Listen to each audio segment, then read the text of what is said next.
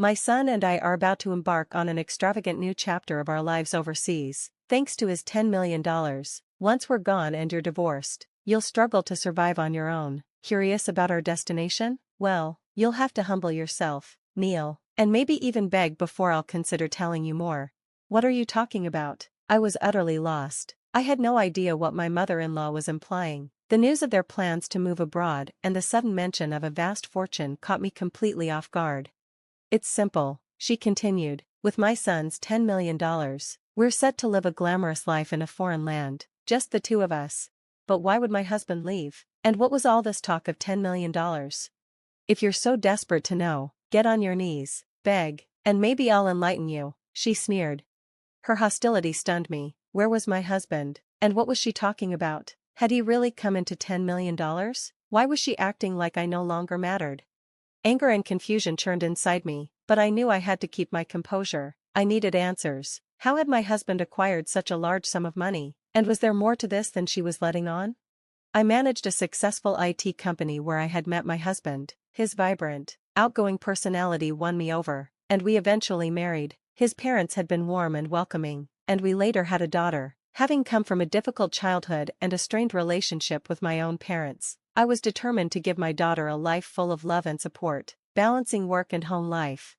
However, things took a turn when my husband was assigned to a project in Florida. He had to move there alone, leaving me to manage everything on my own with our daughter. It was going to be challenging handling work, the house, and raising our daughter by myself. I suggested to him that it might be a good idea to ask my mother for help. He hesitated but eventually agreed, so we invited my mother-in-law to move in with us to lend a hand. "Mommy, when is Daddy coming home?" our daughter asked one evening. "He's going to be in Florida for a while, but don't worry, Grandma's coming to stay with us," I reassured her. I had no idea that inviting my mother-in-law to stay would become one of my greatest regrets. "You're working late again?" she would often comment when I came home. Women who neglect their families. I tried to explain that I had a job too and was taking care of our daughter, but it never seemed to impress her. "When I was young, family was everything," she would say nostalgically. "I never even thought about working outside the home." One day, when my daughter came home with excellent grades, my mother-in-law proudly declared, "It's all thanks to me." "What's the point of you?" she sneered. "Maybe we don't need you around." Despite her limited involvement with my daughter's education, I was the one who had taught her most subjects. Whenever I made a mistake in the kitchen, she would criticize me. "How did you and my son ever manage before with such poor cooking skills?" I'd try to defend myself, but her constant belittling wore me down. "She's not doing her chores," she'd complain to my husband. "Mom, she's working too, please understand," he'd respond when I wasn't around. But with him away and my mother-in-law in the house, the tension only grew, and I started feeling increasingly isolated. One evening, I called my husband to talk things through. "Are you okay?" he asked. "Yeah, I'm fine, but it's kind of late here, and your mom laid into me about the house chores. It's starting to get to me." "I'm sorry, Mom's always been sharp-tongued, but maybe there's something to what she's saying. Still, don't let it bother you too much. Keep doing things at your own pace." Despite his support, the daily strain of dealing with my mother-in-law wore on me. The pressure kept mounting, and I counted the days until he would come home. At first, I tried to cope by thinking back to happier times, but as the weeks went by, her critical behavior grew unbearable. One evening, when I prepared my husband's favorite dish, she coldly remarked, "This tastes terrible, who would eat this?" If I ever took a break, she would scold me. How can a woman who can't even handle household chores justify taking a break? Normally, my husband would laugh off my minor mistakes, but in front of her, I felt as though I was expected to be perfect. I suspected her harsh treatment stemmed from her deep attachment to her son and her reluctance to accept that he had chosen me over her.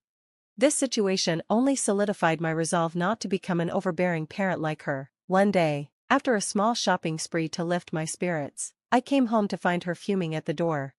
"How could you go out for fun while your husband's not home? What about the household chores?" she snapped. "I thought I needed a little break," I explained, trying to stay calm. "A break? All this trouble is because of your incompetence," she shot back. That was the final straw. After that harsh exchange, I waited anxiously for a call from my husband, hoping his voice would offer me some comfort, but the news he shared was far from reassuring. I've got some bad news, he began, his voice heavy. Things aren't going well here in Florida. I've been gambling, and I've gotten myself into a tough financial spot. I've racked up quite a bit of debt. His confession hit me like a punch to the gut. Are you serious? Gambling? In debt? This is completely unexpected, I replied, the shock and worry evident in my voice. What about our future? What about our daughter? I'm sorry, I feel stuck, but trust me, I'll figure something out, he pleaded, his voice strained with guilt. How do you plan to handle this? How much do you owe? I demanded, seeking clarity, my thoughts spinning. I'm working on a solution, was all he could say.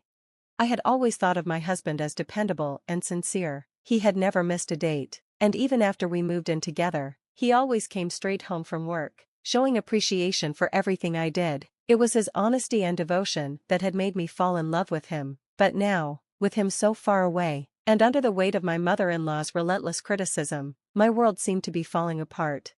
You're completely useless, just like I always knew, my mother-in-law would sneer at me, her words slicing through me. Her cruelty was constant, as was the sting of my husband's gambling debt. I felt more isolated and hopeless with every passing day.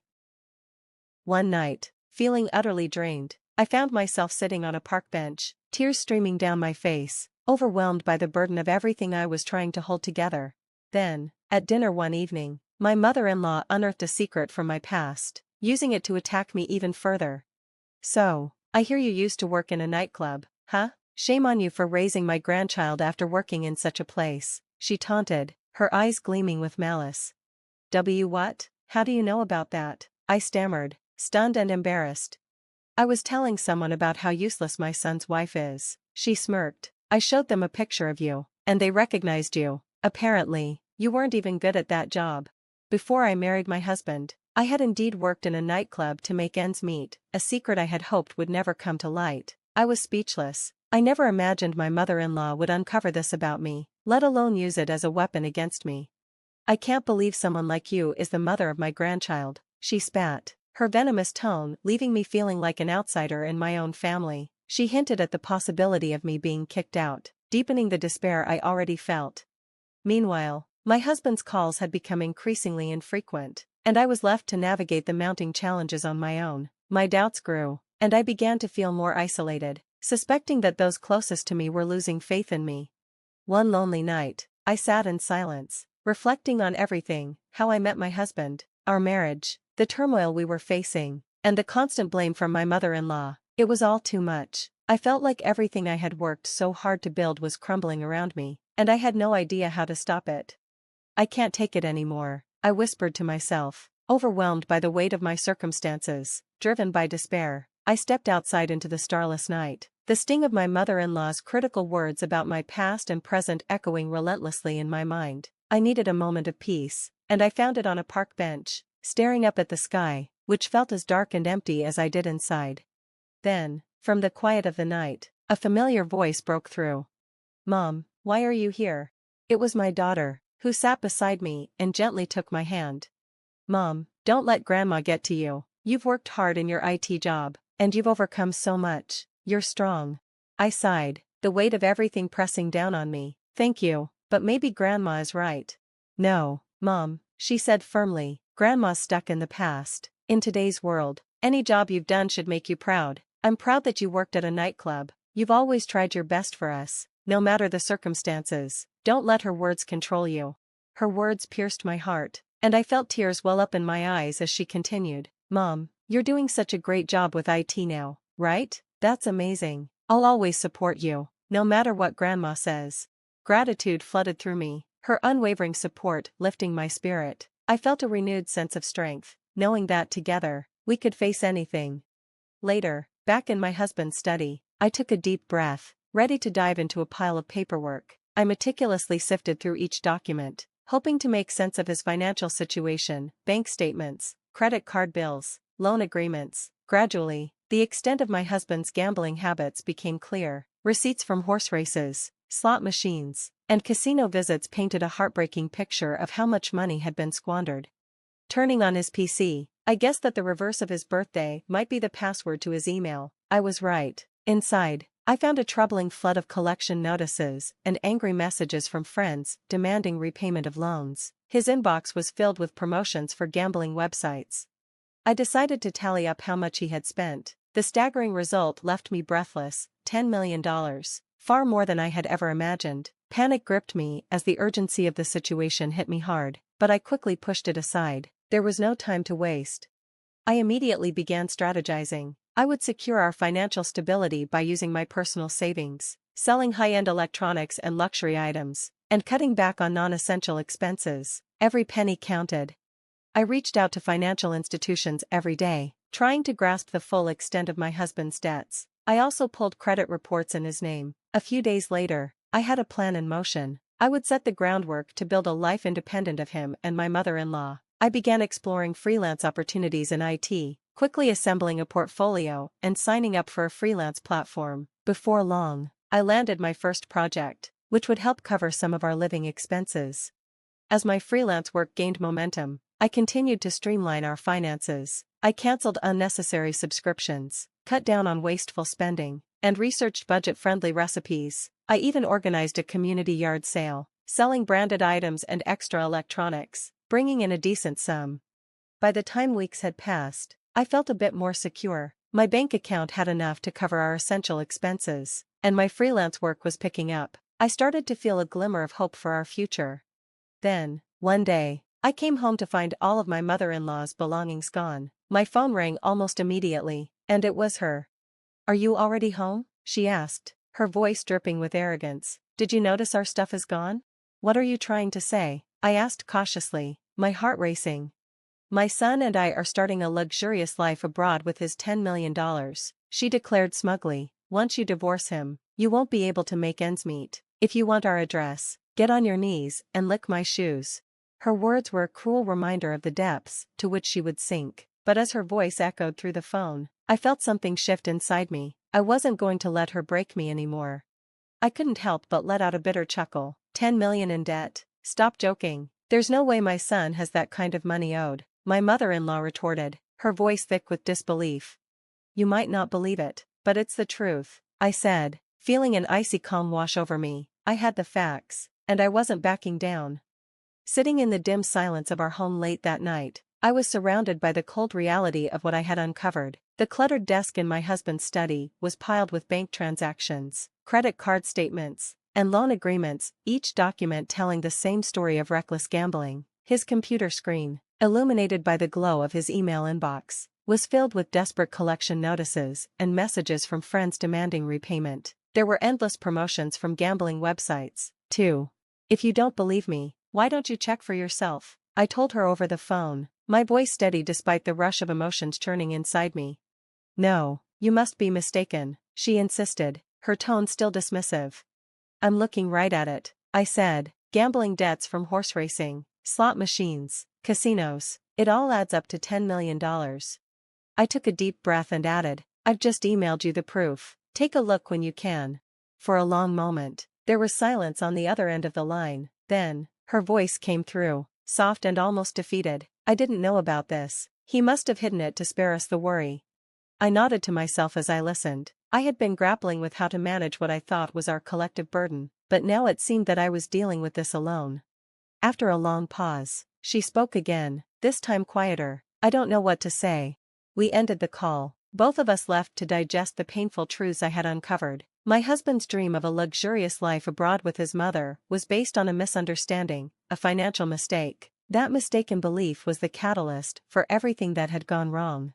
As the night deepened, I steeled myself. My daughter and I were going to move forward, no matter how messy or painful this all became. I couldn't afford to let my husband or mother-in-law derail our future.